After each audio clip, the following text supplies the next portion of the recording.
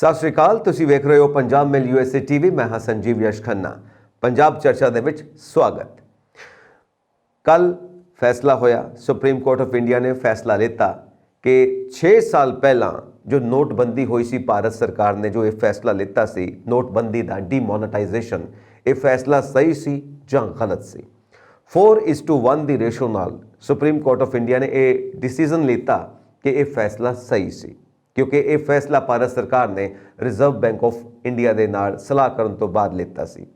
ਵੱਖ-ਵੱਖ ਪ੍ਰਤੀਕਿਰਿਆਵਾਂ ਆਈਆਂ ਨੇ, ਵੱਖ-ਵੱਖ ਰਿਐਕਸ਼ਨਸ ਨੇ, ਉਹਨਾਂ ਬਾਰੇ ਗੱਲਬਾਤ ਕਰਨ ਜਾ ਰਹੇ ਹਾਂ। ਮੇਰੇ ਨਾਲ ਸਟੂਡੀਓਜ਼ ਦੇ ਵਿੱਚ ਮੌਜੂਦ ਨੇ political analyst Satish Khosla. Welcome to the show Satish ji. Thank you ਜੀ। 6 ਸਾਲ ਬਾਅਦ ਡਿਸੀਜ਼ਨ ਲੈ ਲਿਆ ਸੁਪਰੀਮ ਕੋਰਟ ਨੇ, ਸੋ ਹੁਣ ਸਾਰੇ ਕਹਿੰਦੇ ਨੇ ਇਹਦਾ ਫਾਇਦਾ ਕੀ ਹੈ? ਫੈਸਲਾ ਲਿਆ ਨਾ ਲਿਆ ਇੱਕ ਬਰਾਬਰ, ਕਿਉਂਕਿ ਜੋ ਨਤੀਜੇ ਹੋਣੇ ਸੀ ਉਹ ਤਾਂ ਆ ਚੁੱਕੇ ਨੇ, ਜੋ ਹੋਣਾ ਸੀ ਹੋ ਚੁੱਕਾ, ਜੋ ਨਹੀਂ ਹੋਣਾ ਸੀ ਉਹ ਨਹੀਂ ਹੋਇਆ। ਲਾਈਨਾਂ 'ਚ ਲੱਗ ਕੇ ਕਿੰਨੇ ਲੋਕਾਂ ਦੀਆਂ ਜਾਨਾਂ ਚਲੀਆਂ ਗਈਆਂ, ਕਿੰਨੇ ਲੋਕਾਂ ਨੇ ਤਰਾਸਦੀਆਂ ਸਹੀਆਂ, ਕਿੰਨੇ ਲੋਕਾਂ ਦੇ ਨੋਟ ਬਿਲਕੁਲ ਬੇਕਾਰ ਹੋ ਗਏ। ਸੋ ਜਿਨ੍ਹਾਂ ਲੇਡੀਜ਼ ਨੇ ਆਪਣੇ ਹਸਬੈਂਡਸ ਤੋਂ ਛੁਪਾ ਕੇ ਉਹ ਖੰਡ ਦੇ ਡੱਬੇ ਦੇ ਵਿੱਚ ਨੋਟ ਰੱਖੇ ਹੋਏ ਸੀ, ਉਹ ਵੀ ਬੇਕਾਰ ਹੋ ਗਏ ਜੇ ਕਿਤੇ ਉਹ ਰਿਪਲੇਸ ਨਹੀਂ ਹੋਏ ਨਵੀਂ ਕਰੰਸੀ ਦੇ ਨਾਲ। ਸੋ ਇਹ ਮਜ਼ਾਕ ਵਿੱਚ ਵੀ ਕਈ ਲੋਕ ਕਹਿੰਦੇ ਨੇ। ਸੋ ਡਿਸੀਜ਼ਨ ਇਹ ਹੈ ਕਿ 6 ਸਾਲ ਬਾਅਦ ਡਿਸੀਜ਼ਨ ਲਿੱਤਾ ਗਿਆ। ਇਹ ਸਿਰਫ ਡਿਸੀਜ਼ਨ ਲਿੱਤਾ ਗਿਆ, ਇਹਦਾ ਕੋਈ ਨਫਾ ਨੁਕਸਾਨ ਤੇ ਸ਼ਾਇਦ ਹੁਣ ਨਹੀਂ ਹੋ ਸਕਦਾ। ਇਹਨੂੰ ਕੀ ਕਹਾਂਗੇ? ਇਹ ਇੱਕ ਐਕੈਡੈਮਿਕ ਡਿਸੀਜ਼ਨ ਹੈ ਕਿ ਡਿਸੀਜ਼ਨ ਲੈਣਾ ਜ਼ਰੂਰੀ ਸੀ ਤੇ ਡਿਸੀਜ਼ਨ ਲੈ ਲਿਆ। ਕੋਈ ਇਹਦਾ ਫਾਇਦਾ ਹੋਵੇ ਨੁਕਸਾਨ ਹੋਵੇ ਉਹਨਾਂ ਨਾਲ ਕੋਈ ਲੈਣਾ ਦੇਣਾ ਨਹੀਂ, ਬਸ ਇੱਕ ਜਸਟੀਫਾਈ ਕਰਨਾ ਸੀ ਇਸ ਕਦਮ ਨੂੰ ਕਿ ਸਰਕਾਰ ਨੇ ਜੋ ਇਹ ਕੀਤਾ ਸਹੀ ਕੀਤਾ ਜਾਂ ਗਲਤ ਕੀਤਾ। What is your take sir? ਨਾ ਤਾਂ ਬਿਲਕੁਲ ਠੀਕ ਹੈ। 6 ਸਾਲ ਦੇ ਬਾਅਦ ਡਿਸੀਜਨ ਲਿਆ, ਬਹੁਤ ਲੰਬਾ ਸਮਾਂ ਲੱਗ ਗਿਆ ਸੁਪਰੀਮ ਕੋਰਟ। ਫਿਰ ਵੀ ਅਸੀਂ ਸੁਪਰੀਮ ਕੋਰਟ ਦੇ ਡਿਸੀਜਨ ਨੂੰ ਵੈਲਕਮ ਕਰਦੇ ਹਾਂ ਔਰ ਸਾਰੇ ਮੁਲਕ ਦੇ ਵਿੱਚ ਇਹ ਲਾਗੂ ਹੋਣਾ ਪਹਿਲਾਂ ਹੋ ਵੀ ਗਿਆ। ਹੁਣ ਸਹੀ ਢੰਗ ਦੇ ਨਾਲ ਲੋਕਾਂ ਨੂੰ ਜੇ ਕਹਿਣ ਦਾ ਮੌਕਾ ਮਿਲਿਆ ਸੀਗਾ ਵੀ ਇਹ ਗਲਤ ਹੈ ਜਾਂ ਠੀਕ ਹੈ, ਪਰ ਹੁਣ ਸੁਪਰੀਮ ਕੋਰਟ ਦੇ ਡਿਸੀਜਨ ਦੇ ਨਾਲ ਸਾਰੀ ਵੈਲੀਡੇਸ਼ਨ ਹੋ ਗਈ। ਹੁਣ ਇਹ ਸਿਰਫ ਕਹਿਣ ਦੀਆਂ ਗੱਲਾਂ ਜੋ ਮਰਜ਼ੀ ਕਹੀ ਜਾਈਏ, ਪਰ ਫੈਸਲਾ ਠੀਕ ਹੋ ਗਿਆ ਔਰ ਸਾਨੂੰ ਵੈਲਕਮ ਕਰਨਾ ਚਾਹੀਦਾ ਪਹਿਲੀ ਗੱਲ ਦੇ ਉੱਤੇ ਕਿ ਫੈਸਲਾ 6 ਸਾਲਾਂ ਬਾਅਦ ਵੀ ਹੋਇਆ, ਫੈਸਲਾ ਠੀਕ ਹੋਇਆ। ਹਜੇ ਬਹੁਤ ਸਾਰੇ ਫੈਸਲੇ ਹੋਰ ਵੀ ਲਟਕਦੇ ਆ ਸੁਪਰੀਮ ਕੋਰਟ ਦੇ ਵਿੱਚ, ਜਿਸ ਤਰ੍ਹਾਂ ਚੱਲਦੇ ਰਹਿੰਦੇ ਕਿ ਕਚਹਿਰੀਆਂ ਦਾ ਮਾਮਲਾ ਇੱਦਾਂ ਦਾ ਆ, ਪਰ ਜਿਹੜਾ ਫੈਸਲਾ ਹੋਇਆ ਚਾਹੇ 6 ਸਾਲ ਬਾਅਦ ਹੋਇਆ, ਫੈਸਲਾ ਠੀਕ ਹੋ ਗਿਆ। ਚਾਹੇ ਡਿਸੈਂਟਿੰਗ ਨੋਟ ਵੀ ਆਇਆ ਇੱਕ, ਪਰ even then we have to agree to it. Yes, we have to agree to it. So ਅਗਲੀ ਗੱਲ ਜਿਹੜੀ ਇਹਦੇ ਨਾਲ ਜੁੜਵੀਂ ਹੈ ਉਹ ਇਹ ਹੈ ਕਿ ਜੋ ਇਸ ਸਬਜੈਕਟ ਮੈਟਰ ਦੀਆਂ ਤਹਿਾਂ ਨੇ, ਪਰਤਾਂ ਨੇ, ਜੋ ਇਹਦੀਆਂ ਗਹਿਰਾਈਆਂ ਨੇ, ਡੂੰਘਾਈਆਂ ਨੇ, ਉਸ ਨੂੰ ਟੱਚ ਕੀਤਾ ਸੁਪਰੀਮ ਕੋਰਟ ਆਫ ਇੰਡੀਆ ਨੇ ਆਪਣੇ ਡਿਸੀਜ਼ਨ ਦੇ ਵਿੱਚ। ਇਹਦੇ ਕੀ ਸਾਈਡ ਇਫੈਕਟਸ ਰਹੇ ਨੇ ਉਹਨਾਂ ਨੂੰ ਟੱਚ ਕੀਤਾ, ਇੰਨੀਆਂ ਜਾਨਾਂ ਚਲੀਆਂ ਗਈਆਂ ਉਸ ਗੱਲ ਨੂੰ ਟੱਚ ਕੀਤਾ, ਔਰ ਉਹ ਪਰਿਵਾਰ, ਉਹ ਸੀਨੀਅਰ ਸਿਟੀਜ਼ਨ ਜਿਨ੍ਹਾਂ ਦੇ ਉੱਤੇ ਇਹ ਸਾਰੀ ਤਰਾਸਦੀ ਡਿੱਗੀ ਆ, ਉਹਨਾਂ ਨੂੰ ਟੱਚ ਕੀਤਾ। ਉਹ ਸਾਰੀਆਂ ਲਾਈਫਸ ਮੈਟਰ ਕਰਦੀਆਂ ਨੇ ਕਿ ਨਹੀਂ ਕੀਤੀਆਂ? ਜੋ ਲੋਕਾਂ ਨੇ ਬਰਦਾਸ਼ਤ ਕੀਤਾ ਉਹ ਮੈਟਰ ਕਰਦਾ ਕਿ ਨਹੀਂ? ਸਿਰਫ ਇੱਕ ਡਿਸੀਜ਼ਨ ਆ ਗਿਆ, ਦੈਟਸ ਆਲ। ਉਹ ਜਾਨਾਂ ਕਿੱਥੇ ਜਾਣਗੀਆਂ ਜਿਨ੍ਹਾਂ ਨੇ ਆਪਣੇ ਉੱਤੇ ਮੁਸੀਬਤਾਂ ਝੱਲੀਆਂ ਨੇ? ਉਹ ਮੁਸੀਬਤਾਂ ਦਾ ਕੌਣ ਰਿਸਪੌਂਸਿਬਲ ਹੈ? ਇਹਦੇ ਵਿੱਚ ਦੋ ਗੱਲਾਂ ਹੈ। ਇਹਦੇ ਵਿੱਚ ਪਹਿਲਾਂ ਆਪਾਂ ਲੈਣੀਆਂ ਪੈਣੀਆਂ ਆ। ਜਦੋਂ ਸੁਪਰੀਮ ਕੋਰਟ ਦੇ ਵਿੱਚ ਸਾਡਾ ਕੇਸ ਚੱਲ ਗਿਆ, ਇਹਦੇ ਵਿੱਚ 58 ਪਟੀਸ਼ਨਸ ਗਈਆਂ, 58 ਪਟੀਸ਼ਨਰ ਸੀਗੇ ਜਿਨ੍ਹਾਂ ਦੇ ਸੁਪਰੀਮ ਕੋਰਟ ਨੇ ਸਾਰਿਆਂ ਨੂੰ ਕੰਸੋਲੀਡੇਟ ਕਰਕੇ ਫੈਸਲਾ ਲਿਆ। ਹੁਣ ਇਹਦੇ ਵਿੱਚ ਦੋ ਗੱਲਾਂ ਇਹ ਸੀਗੀਆਂ, whether the government has the power to take such a monumental decision। ਪਹਿਲਾ ਕੁਐਸਚਨ ਇਹ ਸੀਗਾ ਕਿ ਸੁਪਰੀਮ ਕੋਰਟ ਦੇ ਮੋਹਰੇ ਸੀਗੀ ਇਹ ਗੱਲ ਵੀ ਸੁਪਰੀਮ ਕੋਰਟ ਨੇ, ਮਤਲਬ ਗਵਰਨਮੈਂਟ ਨੇ ਐਡਾ ਵੱਡਾ ਡਿਸੀਜਨ ਲਿਆ ਵੀ ਉਹ ਕੰਪੀਟੈਂਟ ਵੀ ਸੀਗੀ ਗਵਰਨਮੈਂਟ ਇਸ ਚੀਜ਼ ਨੂੰ ਲੈਣ ਲਈ। ਦੂਜਾ ਇਹਦੇ ਵਿੱਚ ਹੈਗੀ ਆ ਵੈਦਰ ਲੀਗਲ ਔਰ ਅਦਰ ਪ੍ਰੋਸੀਜਰਲ ਇਸ਼ੂਜ਼ ਉਹਨਾਂ ਨੇ ਲੈ ਲਏ ਸੀਗੇ ਸੁਪਰੀਮ ਕੋਰਟ ਨੇ ਜਦੋਂ ਇਹ ਫੈਸਲਾ ਲੈਣਾ ਸੀਗਾ, ਕਿਉਂਕਿ ਫੈਸਲਾ ਲਿਆ ਇੱਕਦਮ। ਸਾਰੇ ਲੋਕਾਂ ਨੂੰ ਪਤਾ, ਸਾਰੇ ਹਿੰਦੁਸਤਾਨ ਨੂੰ ਪਤਾ ਕਿ ਫੈਸਲਾ 16 ਨਵੰਬਰ ਜਿਸ ਵੇਲੇ ਦੀ ਡੇਟ ਸੀਗੀ, ਰਾਤ ਨੂੰ ਫੈਸਲਾ 8 ਵਜੇ ਪ੍ਰਾਈਮ ਮਿਨਿਸਟਰ ਨੇ ਅਨਾਉਂਸਮੈਂਟ ਕੀਤਾ। ਹੁਣ ਸਾਰੀਆਂ ਫਾਰਮੈਲਿਟੀਜ਼ ਜਾਂ ਸਾਰੀਆਂ ਲੀਗਲ ਪ੍ਰੋਸੀਜਰਸ ਸਾਰੇ ਅਡਾਪਟ ਕਰ ਲਏ ਸੀ। ਪਹਿਲਾਂ ਸਾਰਿਆਂ ਦਾ ਇਹ ਇਸ਼ੂ ਆ ਸਾਡੇ ਸਾਹਮਣੇ ਵੀ ਕੀ ਇਹ ਸਰਕਾਰ ਕੰਪੀਟੈਂਟ ਵੀ ਸੀਗੀ ਕਿ ਨਹੀਂ ਸੀਗੀ ਇਸ ਚੀਜ਼ ਨੂੰ ਲੈਣ। ਹੁਣ ਇਹਦੇ ਵਿੱਚ ਸਾਰਿਆਂ ਨੇ ਇਹਦੇ ਵਿੱਚ ਜਿਹੜੀ ਚੀਜ਼ ਲਈ ਆ, ਜੱਜਸ ਨੇ ਜਿਹੜੇ ਸਾਡੇ ਆਨਰੇਬਲ ਜੱਜ ਸੀਗੇ, ਉਹ ਇਸ ਚੀਜ਼ ਤੇ ਤਾਂ ਐਗਰੀ ਕਰ ਗਏ। 4 ਜੱਜ 4 ਰੇਸ਼ੋ ਤੇ 1 ਦੇ ਨਾਲ ਫੈਸਲਾ ਹੋਇਆ। 4 ਜੱਜ ਤਾਂ ਇਹ फैसला कर गए कि एग्री, they जी। have fully agreed that government was competent to take the decisions because they have already consulted the RBI. एक जी। चीज ये हो गई ਸੀ। ਦੂਜੀ ਚੀਜ਼ ਇਹ ਸੀਗੀ ਕਿ ਲੀਗਲ ਕੀ ਚੀਜ਼ ਹੈ, legal formalities, economic formalities, social formalities ਕੀ ਸੀਗੀਆਂ ਜਿਹੜੀਆਂ ਅਸੀਂ ਇਹ ਲੈਣੀਆਂ ਸੀ। ਇਹਦੇ ਵਿੱਚ ਜਿਹੜੇ ਸਾਰਿਆਂ ਨਾਲ ਸਾਡੇ ਸਾਹਮਣੇ ਗੱਲ ਆਈ ਆ ਵੀ ਇੱਕ ਜੱਜ ਨੇ ਆਪਣਾ ਫੈਸਲਾ ਦਿੱਤਾ, ਨਾਗਰਤਨ ਜਸਟਿਸ ਬੀਵੀ ਨਾਗਰਤਨ ਨੇ, ਉਹਨਾਂ ਨੇ ਇਹ ਫੈਸਲਾ ਦਿੱਤਾ ਕਿ ਇਹ ਇੱਕ ਜਿਹੜਾ ਉਹਨਾਂ ਦਾ ਡਿਸੈਂਟਿੰਗ ਨੋਟ ਆ ਉਹ ਇਸ ਚੀਜ਼ ਨੂੰ, ਪਹਿਲੀ ਇਸ਼ੂ ਨੂੰ ਜਿਹੜੇ 4 ਜੱਜਾਂ ਦਾ ਫੈਸਲਾ ਆ ਉਹਨੂੰ ਉਹ ਇੱਕ ਜੱਜ ਅਪਰੂਵ ਨਹੀਂ ਕਰਦੀ। ਉਹ ਇਸ ਕਰਕੇ ਨਹੀਂ ਕਰਦੀ, ਕਹਿੰਦੀ ਕਿ parliament is supreme, parliament is supreme, ਕਿਉਂਕਿ ਪਾਰਲੀਮੈਂਟ ਨੂੰ ਲੋਕਾਂ ਨੇ ਚੁਣਿਆ, ਇਹ ਲੋਕਾਂ ਦਾ ਫੈਸਲਾ, ਲੋਕਾਂ ਤੇ ਫੈਸਲਾ ਲਾਗੂ ਹੋਣਾ ਸੀਗਾ। ਇਹ ਸੁਪਰੀਮ ਕੋਰਟ ਦੇ ਵਿੱਚ, ਇਹ ਪਾਰਲੀਮੈਂਟ ਦੇ ਵਿੱਚ ਡਿਸੀਜਨ ਲੈਣਾ ਚਾਹੀਦਾ ਸੀਗਾ। ਪਾਰਲੀਮੈਂਟ ਵਿੱਚ ਬਿੱਲ ਆਉਂਦਾ, ਪਾਰਲੀਮੈਂਟ ਜੇ even if government was in hurry, the ordinance could be issued. ਉਹਨਾਂ ਦਾ ਵਰਜਨ ਇਹ ਆ ਕਿ ਜੇ ਪਾਰਲੀਮੈਂਟ ਹਰੀ ਦੇ ਵਿੱਚ, ਜੇ ਗਵਰਨਮੈਂਟ ਹਰੀ ਦੇ ਵਿੱਚ ਸੀਗੀ, ਅੱਬਲ ਤਾਂ ਪਾਰਲੀਮੈਂਟ 'ਚ ਲਿਆਉਣਾ ਚਾਹੀਦਾ ਸੀ ਫੈਸਲਾ, ਇਹ ਬਹੁਤ ਵੱਡਾ ਫੈਸਲਾ ਸੀਗਾ। ਦੂਜੀ ਗੱਲ ਇਹ ਸੀਗੀ ਕਿ ਜੇ ਪਾਰਲੀਮੈਂਟ, ਜੇ ਸਰਕਾਰ ਹਰੀ ਦੇ ਵਿੱਚ ਸੀਗੀ, ਕਾਹਲੀ ਦੇ ਵਿੱਚ ਸੀਗੀ, ਫੈਸਲਾ ਕਰਨਾ ਹੀ ਸੀਗਾ ਤੇ ਉਹਨਾਂ ਨੂੰ ਆਰਡੀਨੈਂਸ ਵੀ ਲਿਆ ਕੇ ਫੈਸਲਾ ਕੀਤਾ ਜਾ ਸਕਦਾ। ਇਸ ਕਰਕੇ ਇਹਨਾਂ ਦਾ ਡਿਸੈਂਟਿੰਗ ਨੋਟ ਜਿਹੜਾ ਸਟ੍ਰੈਸ ਕਰਦਾ ਇਸ ਚੀਜ਼ ਜਿੱਥੇ ਕਿ ਜਿਹੜੀ ਪ੍ਰੋਸੀਜਰਲ ਡਿਫਿਕਲਟੀ ਆਈ ਆ ਇਸ ਡਿਸੀਜਨ ਦੇ ਵਿੱਚ, ਇਹ ਸੀਗਾ ਜਿਹੜਾ ਉਹਨਾਂ ਦਾ ਆਬਜੈਕਸ਼ਨ ਆ ਜਾਂ ਜਿਹੜਾ ਉਹਨਾਂ ਦਾ ਡਿਸੈਂਟਿੰਗ ਨੋਟ। ਹੁਣ ਇਹਦੇ ਜੇ ਅਸੀਂ ਅੱਗੇ ਚੱਲੀਏ ਇਹ ਤੋਂ, ਤਾਂ ਪਰਪਸ ਕੀ ਸੀਗਾ ਸਰਕਾਰ ਦਾ, ਇਹਦੇ ਵਿੱਚ ਪਰਪਸ ਕੀ ਸੀਗਾ? ਐਡੀ ਜਲਦੀ ਲਿਆਉਣਾ ਜਾਂ ਐਡੀ ਜਲਦੀ ਰਾਤੋਂ ਰਾਤ ਦਾ ਫੈਸਲਾ ਕਰਨਾ, ਇਹ ਸਰਕਾਰ ਦਾ ਪਰਪਸ ਆਪਾਂ ਨੂੰ ਦੇਖਣਾ ਪੈਣਾ ਹੈ ਕਿ ਸਰਕਾਰ ਕੀ ਚਾਹੁੰਦੀ ਸੀਗੀ ਇਸ ਵੇਲੇ।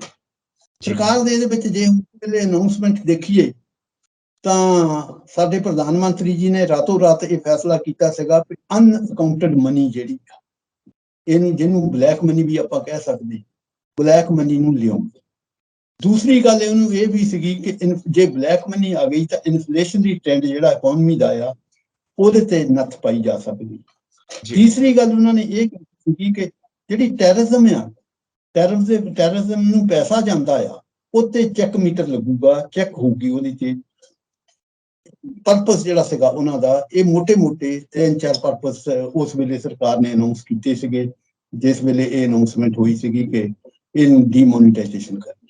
ਡੀਮੋਨੀਟਾਈਜੇਸ਼ਨ ਦਾ ਮਤਲਬ ਸੀਗਾ ਕਿ 500 ਤੇ 1000 ਦੇ ਨੋਟ, 500 ਤੇ 1000 2000 ਦੇ ਨੋਟ ਖਤਮ ਕਰਨੇ ਆ, ਔਰ ਥੋੜਾ ਜਿਹਾ ਟਾਈਮ ਦਿੱਤਾ। ਔਰ ਇਹਦੇ ਵਿੱਚ ਇਹ ਵੀ ਦੇਖੀ ਜਾਂਦਾ, ਆਪਾਂ ਦੇਖਦੇ ਹਾਂ ਫਿਰ ਇਹਦੇ ਇਫੈਕਟਸ ਆਪਾਂ ਦੇਖਾਂਗੇ ਕੀ ਹੋਏ ਆ। ਦਰਅਸਲ ਸਰਕਾਰ ਨੇ ਵਧੀਆ ਕੰਮ ਕੀਤਾ ਸੀ। ਇੱਕ ਸਰਕਾਰ ਨੇ ਜਿਸ ਵੇਲੇ ਚਾਹੇ ਅਨਾਉਂਸਮੈਂਟ ਬੜੀ ਰੈਸ਼ ਤਰੀਕੇ ਨਾਲ ਹੋਈ ਸੀ, ਪ੍ਰਧਾਨ ਮੰਤਰੀ ਜੀ ਰਾਤੋਂ ਰਾਤ ਇਹ ਚਾਹੁੰਦੇ ਸੀਗੇ, ਸ਼ਾਇਦ ਉਹ ਇਹ ਵੀ ਚਾਹੁੰਦੇ ਹੋਣ ਕਿ ਰਾਤੋਂ ਰਾਤ ਹੀ ਬਲੈਕ ਮਨੀ ਵਾਪਸ ਆ ਜਾਣੀ ਆ, ਜਾਂ ਰਾਤੋਂ ਰਾਤ ਹੀ ਟੈਰਰਿਜ਼ਮ ਖਤਮ ਹੋ ਜਾਣਾ ਆ, ਜਾਂ ਰਾਤੋਂ ਰਾਤ ਹੀ ਇਨਫਲੇਸ਼ਨਰੀ ਟ੍ਰੈਂਡ ਖਤਮ ਹੋ ਜਾਣਾ ਇਕਨੋਮੀ ਦਾ, ਪਰ ਇਹ ਨਹੀਂ ਸੀਗਾ। ਅਸਲ ਦੇ ਵਿੱਚ ਉਹਨਾਂ ਨੇ ਫਿਰ ਵੀ ਇਸ ਫੈਸਲੇ ਨੂੰ ਲਾਗੂ ਕਰਨ ਦੇ ਲਈ 52 ਦਿਨ ਦਿੱਤੇ ਸਾਨੂੰ। ਜਦ 52 ਦਿਨ ਦਿੱਤੇ, ਸਾਡਾ ਬਹੁਤ ਹੀ, ਇਹ ਮੈਂ ਇਹਨੂੰ ਸਮਝਦਾ ਕਿ ਇਹ ਜਿਸ ਵੇਲੇ ਫੈਸਲਾ ਲਿਆ ਐਪਰੀਸ਼ੀਏਬਲ ਸਟੈਂਡ ਹੈ 52 ਦਿਨ ਲੈਣਾ। ਹਾਲਾਂਕਿ ਇਹਦੇ ਪਲੱਸ ਮਾਈਨਸ ਬਹੁਤ ਹੈਗੇ ਆ, ਪਲੱਸ ਵੀ ਆ ਮਾਈਨਸ ਹੈ, ਲੇਕਿਨ ਜਿਸ ਵਿੱਚ ਜਿਹੜਾ ਪੀਰੀਅਡ ਦਿੱਤਾ ਉਹ 52 ਦਿਨ ਦਾ ਦਿੱਤਾ ਸੀਗਾ। ਜਦ ਅਸੀਂ ਇਹਨੂੰ ਪਿਛਲੇ ਡੀਮੋਨੀਟਾਈਜੇਸ਼ਨ ਨਾਲ ਦੇਖਦੇ ਹਾਂ, ਜਿਸ ਵੇਲੇ ਆਪਾਂ ਨੂੰ ਮਨਾਰਜੀ ਦੇਸਾਈ ਨੇ ਨੋਟ ਬੰਦ ਕੀਤੇ ਸੀਗੇ, ਨੋਟਬੰਦੀ ਉਦੋਂ ਕੀਤੀ ਸੀਗੀ, ਉਹਨਾਂ ਨੇ 8 ਦਿਨ ਦਾ ਸਾਰਾ ਟਾਈਮ ਦਿੱਤਾ ਸੀਗਾ। ਸੋ ਇਸ ਕਰਕੇ ਇਹ ਫੈਸਲਾ ਜਿਹੜਾ ਸੀਗਾ, ਜਿਸ ਤਰ੍ਹਾਂ ਦਾ ਵੀ ਸੀਗਾ ਫੈਸਲਾ, ਇਹਦੇ ਪਲੱਸ ਮਾਈਨਸ ਤੇ ਆਪਾਂ ਹੁਣ ਅੱਗੇ ਹੋਰ ਦੇਖਾਂਗੇ, ਪਰ ਅਦਰਵਾਈਜ਼ ਜਿਹੜੇ ਫੈਸਲੇ ਦੇ ਸੁਪਰੀਮ ਕੋਰਟ ਨੇ, ਜਿਹੜੇ ਸੁਪਰੀਮ ਕੋਰਟ ਦੇ ਵਿੱਚ ਜੋ ਕੁਝ ਆਇਆ ਉਹ ਇਹ ਸੀਗੇ 2-3 ਪੁਆਇੰਟ ਸੀਗੇ ਜਿਨ੍ਹਾਂ ਉੱਤੇ ਸੁਪਰੀਮ ਕੋਰਟ ਨੇ ਆਪਣਾ ਫੈਸਲਾ ਦਿੱਤਾ। ਜੀ ਖੋਸਲਾ ਜੀ, ਦੇਖੋ ਨਾ ਗੱਲ ਇੱਦਾਂ ਹੈ ਕਿ ਇੱਕ ਡਿਸੀਜ਼ਨ ਦਾ ਦੂਜੇ ਡਿਸੀਜ਼ਨ ਦੇ ਉੱਤੇ ਅਸਰ ਪੈਂਦਾ ਹੈ, ਔਰ ਜਦੋਂ ਵਕੀਲ ਸਾਹਿਬਾਨ ਕੇਸਿਸ ਤਿਆਰ ਕਰਦੇ ਨੇ ਕਿ ਕੋਰਟ ਦੇ ਵਿੱਚ ਜਾ ਕੇ ਡਿਬੇਟ ਕਰਨ ਵਾਸਤੇ, ਡਿਸਕਸ ਕਰਨ ਵਾਸਤੇ, ਤਾਂ ਉਦੋਂ ਪੁਰਾਣੇ ਕੇਸਾਂ ਦਾ ਵੀ ਰੈਫਰੈਂਸ ਲਿੱਤਾ ਜਾਂਦਾ। ਸੋ ਉਸ ਦੀ ਰੈਫਰੈਂਸ, ਉਸ ਦੀ ਲਾਈਟ ਦੇ ਵਿੱਚ ਕਿ ਇਸ ਤਰ੍ਹਾਂ ਉਦੋਂ ਡਿਸੀਜ਼ਨ ਹੋਇਆ, ਫਲਾਣੀ ਕੋਰਟ ਦੇ ਵਿੱਚ ਉਦੋਂ ਇੱਦਾਂ ਡਿਸੀਜ਼ਨ ਹੋਇਆ, ਇਸ ਸੰਨ ਦੇ ਵਿੱਚ ਡਿਸੀਜ਼ਨ ਹੋਇਆ, ਉਹ ਸਾਰੀਆਂ ਬੁੱਕਸ ਨਾਲ ਲੈ ਕੇ ਜਾਂਦੇ ਨੇ, ਉਹ ਰੈਫਰੈਂਸ ਦਿੰਦੇ ਨੇ ਕਿ ਸਾਡਾ ਕੇਸ ਇਹਦੇ ਨਾਲ ਮੈਚ ਕਰਦਾ ਔਰ ਇਹਦੇ ਮੁਤਾਬਿਕ ਡਿਸੀਜ਼ਨ ਹੋਣਾ ਚਾਹੀਦਾ। ਉਹ ਸਾਰੀ ਰੈਫਰੈਂਸਿਸ ਆਪਾਂ ਲੱਭਦੇ ਹਾਂ। ਸੋ ਇਸ ਡਿਸੀਜਨ ਦਾ ਵੀ ਰੈਫਰੈਂਸ ਲਿਆ ਜਾਏਗਾ ਕਿਉਂਕਿ the most important decision, the most important case ever, ਕਿਉਂਕਿ ਨੋਟਬੰਦੀ ਬਹੁਤ ਵੱਡੀ ਗੱਲ ਰਹੀ ਆ। ਸੋ ਬਾਕੀ ਜੇ ਕੇਸ ਵੀ ਪੈਂਡਿੰਗ ਨੇ, ਬਾਕੀ ਦੇ ਕੇਸ ਬਾਬਰੀ ਮਸਜਿਦ ਇਸ਼ੂ ਹੈ, 370 ਜੋ ਜੰਮੂ ਕਸ਼ਮੀਰ ਨੂੰ ਲੈ ਕੇ ਹੈ, ਸਟਿਲ ਪੈਂਡਿੰਗ ਮੈਟਰਸ ਨੇ ਇਹ ਸਾਰੇ। ਇਹਨਾਂ ਮੈਟਰਸ ਦੇ ਉੱਤੇ ਵੀ ਇਸ ਕੇਸ ਦਾ ਅਸਰ ਹੋਏਗਾ ਔਰ ਇਹ ਵੀ ਐਕੈਡੈਮਿਕ ਰਿਜ਼ਲਟਸ ਲੈ ਲਿੱਤੇ ਜਾਣਗੇ ਕਿਉਂਕਿ ਹੁਣ 370 ਜੋ ਹੋ ਚੁੱਕਾ ਉਹਦਾ ਹੁਣ ਦੁਬਾਰਾ ਮੁੜ ਤੋਂ ਇਲੈਕਸ਼ਨਸ ਕਰਵਾਉਣੀਆਂ, ਉਹ ਅੱਗੋਂ ਦਾ ਫੈਸਲਾ ਹੈ, ਅੱਗੇ ਹਾਲਾਤ ਦੇ ਮੁਤਾਬਿਕ ਚੱਲਣਾ ਹੈ। ਬਾਬਰੀ ਮਸਜਿਦ ਬਹੁਤ ਪੁਰਾਣਾ ਹੋ ਗਿਆ, ਹਜੇ ਵੀ ਲਟਕਦਾ ਪਿਆ। ਸੋ ਉਹ ਵੀ ਹੁਣ ਡਿਸੀਜ਼ਨ ਆਵੇ ਨਾ ਆਵੇ ਇੱਕ ਤਰ੍ਹਾਂ ਦਾ ਹੀ ਮਤਲਬ ਨਿਊਟਰਲ ਡਿਸੀਜ਼ਨ ਹੈ, ਐਕੈਡੈਮਿਕ ਡਿਸੀਜ਼ਨ ਹੈ। ਲਾਈਕਵਾਈਜ਼ 370 ਵੀ ਇੱਕ ਨਿਊਟਰਲ ਡਿਸੀਜ਼ਨ, ਇੱਕ ਐਕੈਡੈਮਿਕ ਡਿਸੀਜ਼ਨ ਹੈ। ਠੀਕ ਹੈ, ਕੋਰਟਸ ਦੀ ਆਪਣੀ ਮਰਿਆਦਾ ਹੈ, ਉਹਨੂੰ ਸੈਲਿਊਟ ਕਰਦੇ ਹਾਂ ਅਸੀਂ, ਉਹਨੂੰ ਅਸੀਂ ਐਕਸੈਪਟ ਕਰਦੇ ਹਾਂ। ਪਰ ਇੱਕ ਪੁਆਇੰਟ ਆਫ ਵਿਊ ਜੋ ਪਬਲਿਕ ਦਾ ਹੈ, ਪਬਲਿਕ ਨੂੰ ਉਸ ਦਾ ਕੀ ਫਾਇਦਾ, ਉਹ ਆਪਾਂ ਦੇਖ ਰਹੇ ਹਾਂ ਇਸ ਵਕਤ। ਤਾਂ ਬਾਬਰੀ ਮਸਜਿਦ ਦਾ ਜਿਹੜਾ ਇਸ਼ੂ ਹੈ, 370 ਦਾ ਜਿਹੜਾ ਇਸ਼ੂ ਹੈ, ਔਰ ਉਹ ਵੀ ਜਿਹੜਾ ਜੰਮੂ ਕਸ਼ਮੀਰ ਦਾ, ਉਹਦੇ ਉੱਤੇ ਵੀ ਇਸ ਫੈਸਲੇ ਦਾ ਅਸਰ ਹੋਣ ਵਾਲਾ ਹੈ, ਐਕੈਡੈਮਿਕ ਡਿਸੀਜ਼ਨ ਹੋਣ ਵਾਲਾ ਹੈ। ਜੋ ਜਿੱਥੋਂ ਤੱਕ ਮੇਰੀ ਸਮਝ ਖੰਨਾ ਸਾਹਿਬ, ਜਿਹੜਾ ਬਾਬਰੀ ਮਸਜਿਦ ਦਾ ਡਿਸੀਜਨ ਆ, ਉਹਦਾ ਤਾਂ ਕੋਈ ਅਪੀਲ ਹੈਗੀ ਹੈ। ਬਾਬਰੀ ਮਸਜਿਦ ਦਾ ਡਿਸੀਜਨ ਤਾਂ ਹੋ ਗਿਆ, ਅਪੀਲ ਚੱਲਦੀ ਆ, ਅਪੀਲ ਦੇ ਵਿੱਚ ਕੀ ਆਉਂਦਾ ਕੀ ਨਹੀਂ ਆਉਂਦਾ, ਪਰ ਉਹਦੀ ਇੰਪਲੀਮੈਂਟੇਸ਼ਨ ਹੋ ਚੁੱਕੀ ਹੈ। ਮੰਦਰ ਸਭ ਠੀਕ ਠਾਕ ਆ। ਦੂਜਾ ਗੱਲ ਜਿਹੜੀ ਤੁਸੀਂ ਕੀਤੀ ਹੈ 370 ਆਰਟੀਕਲ ਦੀ, 370 ਆਰਟੀਕਲ ਦੇ ਵਿੱਚ ਹਾਲਾਂਕਿ ਕੋਈ ਇੰਨਾ ਕੰਮ ਨਹੀਂ ਹੋਇਆ ਉੱਥੇ, ਡੀਲਿਮਿਟੇਸ਼ਨ ਤੋਂ ਇਲਾਵਾ ਕੋਈ ਕੰਮ ਨਹੀਂ ਹੋਇਆ ਹੈਗਾ। ਇਲੈਕਸ਼ਨ ਉੱਥੇ ਨਹੀਂ ਹੋਈ ਹੈਗੀ। ਜੇ 370 ਦੇ ਆਰਟੀਕਲ ਦੇ ਖਤਮ ਹੋਣ ਦੇ ਨਾਲ ਇਲੈਕਸ਼ਨ ਉੱਥੇ ਨਹੀਂ ਹੋਈ ਹੈਗੀ। ਅਜੇ ਐਜ਼ ਇਟ ਇਜ਼ ਪਿਆ, ਉਹਦੇ ਤੇ ਕੋਈ ਨਾ ਕੋਈ ਅਸਰ ਹੋ ਸਕਦਾ ਜੋ ਸਾਡੀ ਸਮਝ ਬਣਦੀ ਆ ਇਹੋ ਜਿਹੇ ਲੰਬੇ। ਹਾਲਾਂਕਿ ਸੁਪਰੀਮ ਕੋਰਟ ਦੇ ਜਿਹੜੇ ਹੁਣ ਦੇ ਜੱਜ ਆ ਉਹ ਬੜੇ ਕੁਇਕ ਨੇ ਡਿਸੀਜਨ ਇਹੋ ਜਿਹੇ ਲੈਣ ਦੇ। ਇਹ ਵੀ ਜਿਹੜਾ ਆਪਣਾ ਡੀਮੋਨੀਟਾਈਜੇਸ਼ਨ ਦਾ ਲਿਆ ਨਾ, ਇਹ ਵੀ ਉਹਨਾਂ ਨੇ ਬੜੇ ਜ਼ੋਰ ਦੇ ਨਾਲ ਬੜੇ ਕੁਇਕ ਐਕਸ਼ਨ ਲੈ ਲਿਆ ਆ। ਔਰ ਇਸੇ ਤਰ੍ਹਾਂ ਸੰਭਾਵਨਾ ਆ ਕਿ 370 ਆਰਟੀਕਲ ਦਾ ਵੀ ਜਲਦੀ ਉਹ ਟੇਕਅਪ ਕਰਨਗੇ। ਸੋ ਇਹ 300 ਉਹਦੇ ਤੇ ਤਾਂ ਕੋਈ ਲੱਗਦਾ ਨਹੀਂ ਹੈਗਾ ਜੋ ਸਾਡੀ ਸਮਝ ਬਣਦੀ ਆ ਜਿਹੜੀ ਉਹ, ਕਿਉਂਕਿ ਇੰਪਲੀਮੈਂਟ ਹੋ ਗਿਆ। ਹੁਣ ਤਾਂ ਪੈਸਾ ਹੀ ਬੜਾ ਲੱਗ ਗਿਆ ਉੱਥੇ, ਸਭ ਕੁਝ ਹੋ ਗਿਆ। ਇੱਥੇ ਹਜੇ ਚਾਂਸਸ ਹੈਗੇ ਆ ਕਿ ਕੁਛ ਨਾ ਕੁਛ ਹੋ ਜਾਵੇ। ਸੋ 370 ਆਰਟੀਕਲ ਬਾਬਰੀ ਮਸਜਿਦ ਦੇ ਤਾਂ ਇਹ ਪੋਜੀਸ਼ਨ ਆ। ਆਪਾਂ ਤਾਂ ਅੱਜ ਦੇ ਸੰਬੰਧ ਦੇ ਵਿੱਚ ਡੀਮੋਨੀਟਾਈਜੇਸ਼ਨ ਜਿਹੜਾ ਤਾਜ਼ਾ ਮਸਲਾ ਸਾਡੇ ਸਾਹਮਣੇ ਆਇਆ, ਉਹਦੇ ਬਾਰੇ ਡਿਸਕਸ ਜ਼ਿਆਦਾ ਕਰਨਾ, ਉਹਦੇ ਬਾਰੇ ਜ਼ਿਆਦਾ ਸਟ੍ਰੈਸ ਆਪਾਂ ਐਗਜ਼ੈਕਟਲੀ ਉਹਦੇ ਬਾਰੇ ਡਿਸਕਸ ਕਰਨਾ ਹੈ। ਔਰ ਉਹਦਾ ਅਸਰ ਹੋ ਸਕਦਾ ਹੈ ਕਿ ਆਉਣ ਵਾਲੇ ਸਮੇਂ ਦੇ ਵਿੱਚ ਜਿਹੜੇ ਹੋਰ ਕੇਸਿਸ ਪੈਂਡਿੰਗ ਨੇ, ਚਾਹੇ ਉਹ ਅਪੀਲਸ ਦੇ ਰੂਪ ਦੇ ਵਿੱਚ ਪੈਂਡਿੰਗ ਨੇ ਜਾਂ ਫਰੈਸ਼ ਕੇਸ ਪੈਂਡਿੰਗ ਨੇ, ਉਹਦੇ ਉੱਤੇ ਵੀ ਇਹਦਾ ਅਸਰ ਹੋ ਸਕਦਾ ਹੈ। ਇਹ ਵੀ ਐਕਸਪਰਟਸ ਦਾ ਮੰਨਣਾ ਹੈ। ਤੁਸੀਂ ਬਿਲਕੁਲ ਠੀਕ ਕਹਿ ਰਹੇ ਹੋ। ਸੋ ਸਟਿਲ ਡਿਬੇਟ ਇਸੇ ਗੱਲ ਦੇ ਉੱਤੇ ਹੈ ਕਿਉਂਕਿ ਇੱਕ ਸਟਰਕਚਰ ਬਣਿਆ ਹੋਇਆ, ਡੈਮੋਕ੍ਰੇਸੀ ਹੈ। ਠੀਕ ਹੈ, ਫੈਡਰਲ ਸਟਰਕਚਰ ਸਾਡੇ ਕੋਲ ਹੈ, ਕੌਨਸਟੀਟਿਊਸ਼ਨ ਸਾਡੇ ਕੋਲ ਹੈ, ਔਰ ਹਰ ਧਿਰ ਦਾ ਜੋ ਰੋਲ ਹੈ ਉਹਦੇ ਵਿੱਚ ਮੈਂਸ਼ਨ ਆ ਕਿ ਆਹ ਕੰਮ ਉਹਨੇ ਕਰਨਾ ਹੈ। ਕੌਨਸਟੀਟਿਊਸ਼ਨ ਦੇ ਮੁਤਾਬਿਕ ਹਰ ਇੱਕ ਦਾ ਰੋਲ ਤੈਅ ਆ। ਲਾਅ ਬਣਾਇਆ ਜਾਂਦਾ, ਲਾਅ ਡਿਸਾਈਡ ਕੀਤਾ ਜਾਂਦਾ, ਲਾਅ ਇੰਪਲੀਮੈਂਟ ਕੀਤਾ ਜਾਂਦਾ। ਪਾਰਲੀਮੈਂਟ ਆਪਣਾ ਇੱਕ ਰੋਲ ਅਦਾ ਕਰਦੀ ਆ। ਫਿਰ ਉਸ ਕਾਨੂੰਨ ਨੂੰ ਬਣਾਉਣ ਤੋਂ ਬਾਅਦ ਜਦੋਂ ਇੰਪਲੀਮੈਂਟ ਕਰਨਾ ਹੈ, ਉਦੋਂ ਜਿਹੜਾ ਐਡਮਿਨਿਸਟ੍ਰੇਸ਼ਨ ਆ ਉਹਦੇ ਕੋਲ ਆਉਂਦੀ ਹੈ। ਔਰ ਜਿੱਥੇ ਉਹ ਸੈਟਿਸਫੈਕਸ਼ਨ ਨਹੀਂ ਹੈ, ਫਿਰ ਕੋਰਟ ਦੇ ਵਿੱਚ, ਕੋਰਟ ਆਫ ਲਾਅ ਦੇ ਵਿੱਚ ਜਾਂਦਾ, ਉਹਨੂੰ ਡਿਸਾਈਡ ਕੀਤਾ ਜਾਂਦਾ। ਦੈਨ ਫਿਰ ਇੱਕ ਨਵਾਂ ਲਾਅ ਬਣਦਾ, ਉਹ ਫਿਰ ਪਾਰਲੀਮੈਂਟ ਦੇ ਵਿੱਚ ਬਿੱਲ ਪਾਸ ਹੁੰਦਾ, ਫਿਰ ਉਹਦੇ ਉੱਤੇ ਡਿਬੇਟ ਹੁੰਦੀਆਂ ਨੇ। ਸੋ ਇੱਕ ਸਾਈਕਲ ਬਣਿਆ ਹੋਇਆ। ਔਰ ਆਪਾਂ ਪਹਿਲਾਂ ਵੀ ਇਹਦੇ ਉੱਤੇ ਗੱਲ ਕੀਤੀ ਹੈ, ਪਾਰਲੀਮੈਂਟ ਦੇ ਵਿੱਚ ਇਹਦਾ ਡਿਸੀਜ਼ਨ ਹੋਣਾ ਚਾਹੀਦਾ। ਕਈ ਲੋਕ ਇਸ ਚੀਜ਼ ਦੇ ਉੱਤੇ ਆ ਰਹੇ ਨੇ। ਹੋ ਸਕਦਾ ਜੁਡੀਸ਼ਰੀ ਦੇ ਵਿੱਚੋਂ ਵੀ ਇਸ ਤਰ੍ਹਾਂ ਦੀਆਂ ਆਵਾਜ਼ਾਂ ਆਉਂਦੀਆਂ ਹੋਣ ਕਿ ਇਹ ਪਾਰਲੀਮੈਂਟ ਇਸ਼ੂ ਆ, ਕਿਉਂਕਿ ਡੈਮੋਕ੍ਰੇਸੀ ਆ, ਉੱਥੇ ਡਿਬੇਟ ਹੋਣਾ ਚਾਹੀਦਾ, ਕਿ ਉੱਥੇ ਬਿੱਲ ਪਾਸ ਹੋਣਾ ਚਾਹੀਦਾ, ਜਿਸ ਆਪਾਂ ਪਹਿਲਾਂ ਗੱਲ ਕੀਤੀ ਹੈ। Still ਡਿਬੇਟੇਬਲ। Are you of this opinion ਕਿ ਇਹ ਵਾਕਈ ਪਾਰਲੀਮੈਂਟ ਦੇ ਵਿੱਚ ਡਿਸਾਈਡ ਹੋਣਾ ਚਾਹੀਦਾ ਸੀ, ਕੋਰਟ ਆਫ ਲਾਅ ਦੇ ਵਿੱਚ ਨਹੀਂ? ਅੰਨਾ ਸਾਹਿਬ ਤੁਸੀਂ ਠੀਕ ਗੱਲ ਕਹੀ ਆ।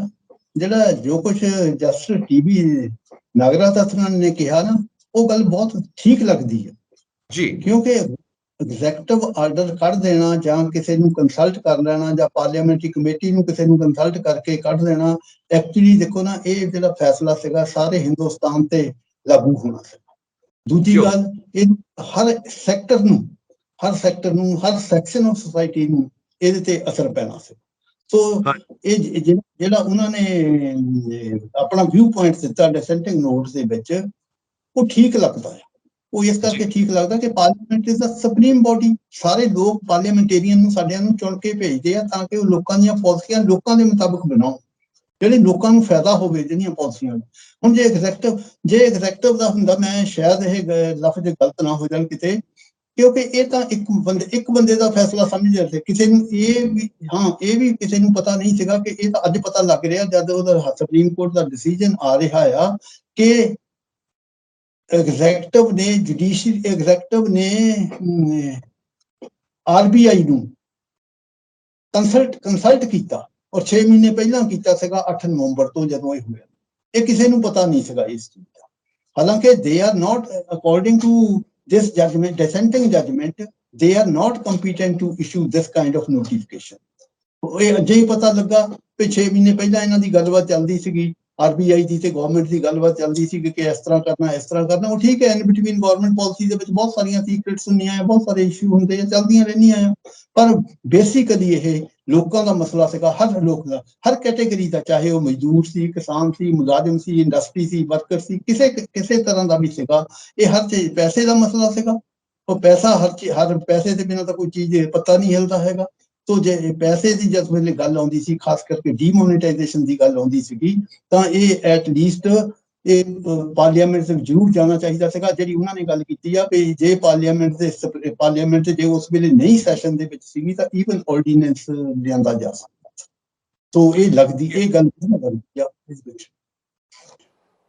ਕਿਉਂਕਿ ਇੱਕ ਤਰ੍ਹਾਂ ਨਾਲ ਜਿਹੜਾ ਸਿਸਟਮ ਬਣਿਆ ਹੋਇਆ according to the constitution of India, ਇਹ ਉਸ ਫਰੇਮਵਰਕ ਤੋਂ ਹੋ ਸਕਦਾ ਬਾਹਰ ਦੀ ਗੱਲ ਹੋਵੇ, ਜੋ ਐਕਸਪਰਟਸ ਕਹਿ ਰਹੇ ਨੇ ਕਿ ਇਹ ਨਹੀਂ ਹੋਣਾ ਚਾਹੀਦਾ ਸੀ। ਸੋ ਆਪਾਂ ਇਸ ਨੂੰ ਅੱਗੇ ਵਧਾਉਂਦੇ ਹਾਂ। ਕੁਝ ਲੋਕ ਕਹਿੰਦੇ ਨੇ ਕਿ ਇਹ ਇੱਕ ਏਜੰਡਾ ਹੈ, ਏਜੰਡੇ ਨੂੰ ਲੈ ਕੇ ਇਹ ਸਟੈਪ ਲਿੱਤਾ ਗਿਆ, ਇਸ ਦੇ ਤਹਿਤ ਇੱਕ ਮੂਵ ਲਿੱਤੀ ਗਈ, ਇੱਕ ਸਟੈਪ ਲਿੱਤਾ ਗਿਆ। ਇਹ ਮੂਵ ਉਸ ਏਜੰਡੇ ਦੇ ਤਹਿਤ ਹੈ, ਕਿਉਂਕਿ ਜੋ ਪਰਪਸ ਸੀ ਇਹਦਾ, ਬਲੈਕ ਮਨੀ ਨੂੰ ਰੋਕਿਆ ਜਾਵੇ, ਬਲੈਕ ਮਨੀ ਨੂੰ ਕੰਟਰੋਲ ਕੀਤਾ ਜਾਵੇ, ਨਹੀਂ ਹੋਇਆ। Still there terror funding, still there, ਕੋਈ ਪ੍ਰੋਬਲਮ ਹੱਲ ਨਹੀਂ ਹੋਈ। ਮਤਲਬ ਇਸ ਸਟੈਪ ਦਾ ਫਰੂਟ ਕੀ ਨਿਕਲਿਆ? ਇਸ ਸਟੈਪ ਨੂੰ ਆਪਾਂ ਦੇਖੀਏ, ਇਟਸ ਨਾਟ ਫਰੂਟਫੁਲ। ਇਹਦੇ ਵਿੱਚੋਂ ਨਿਕਲਿਆ ਕੀ, ਹਾਸਿਲ ਕੀ ਹੋਇਆ? ਲੋਕ ਖੱਜਲ ਹੋਏ, ਔਰ ਵਪਾਰ ਦੇ ਉੱਤੇ ਵੀ ਅਸਰ ਪਿਆ, ਛੋਟੇ ਵਪਾਰੀਆਂ ਦੇ ਉੱਤੇ ਖਾਸ ਅਸਰ ਪਿਆ, ਨੌਕਰੀ ਪੇਸ਼ਾ ਦੇ ਉੱਤੇ ਖਾਸ ਅਸਰ ਪਿਆ, ਸੀਨੀਅਰ ਸਿਟੀਜ਼ਨਸ ਦੇ ਉੱਤੇ ਖਾਸ ਅਸਰ ਪਿਆ। ਪਬਲਿਕ ਨੇ ਬਹੁਤ ਝੇਲ ਲਿਆ, ਔਰ ਜੋ ਵਾਅਦੇ ਹੋਏ ਕਿ ਇਹਦਾ ਇਹ ਰਿਜ਼ਲਟ ਆਏਗਾ ਉਹ ਤਾਂ ਨਹੀਂ ਆਇਆ। ਦੈਨ ਇਹਦਾ ਪਰਪਸ ਕੀ ਆ? ਇਹਦੇ ਉੱਤੇ ਆਪਾਂ ਕੀ ਵਿਊਜ਼ ਲੈ ਸਕਦੇ ਹਾਂ ਕਿ ਸਟੈਪ ਲਿੱਤਾ ਕਿਉਂ ਗਿਆ?